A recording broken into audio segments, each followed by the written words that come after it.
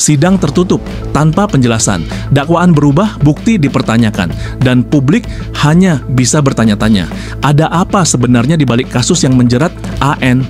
Hari Rabu 14 Maret 2025, tepat pukul 2 siang, ruang sidang 05 di Pengadilan Negeri Jakarta Selatan kembali menjadi sorotan.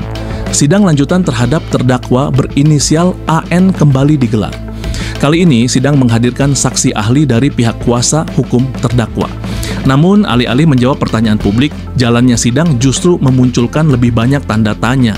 Sidang yang seharusnya terbuka untuk umum digelar secara tertutup, tanpa penjelasan, tanpa konfirmasi, tanpa transparansi dari pengadilan. Awalnya, EN ditangkap atas dugaan penyalahgunaan narkotika. Tapi entah bagaimana, perkara ini kini berubah menjadi perkara asusila. Peralihan kategori dakwaan ini menimbulkan kecurigaan serius. Apakah hukum masih berpijak pada fakta dan bukti, atau telah tergelincir oleh kepentingan dan tafsir sepihak? Tim penasihat hukum terdakwa angkat bicara. Pahala Manurung, salah satu kuasa hukum AN, menyebut bahwa sidang ini seharusnya terbuka untuk publik karena tidak termasuk dalam perkara kesusilaan sebagaimana diatur dalam undang-undang. Ia juga menyoroti ketiadaan alat bukti yang sah dalam dakwaan yang dilayangkan kepada kliennya. Menurut kami, perkara ini mestinya tidak layak diproses. Tidak ada barang bukti yang menunjukkan telah terjadi tindak pidana, tegas Pahala. Pernyataan itu diamini oleh saksi ahli Dr. Ilyas SH.MH, dosen hukum pidana dari Universitas Singaperbangsa Karawang. Ia menyebut perkara ini tidak memenuhi unsur formil dan menyebut dakwaan tersebut batal demi hukum.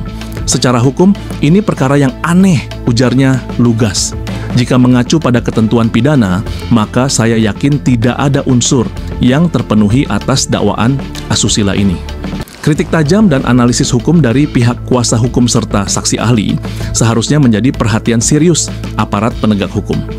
Tapi apa yang terjadi? Jaksa penuntut umum, Muhammad Zulfi Yasin Ramadan, memilih bungkam. Saya no komen, Mas, silakan tanya ke Kasintel, kejari saja, ucapnya singkat, menghindar dari pertanyaan wartawan. Ketertutupan ini bukan sekadar prosedural, ini adalah cermin dari krisis transparansi dalam sistem hukum kita.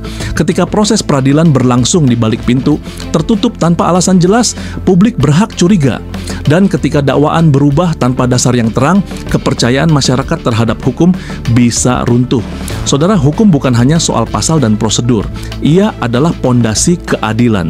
Dan keadilan seharusnya berdiri di atas kebenaran dan keberanian untuk terbuka, bukan tertutup rapat di ruang sidang yang sunyi.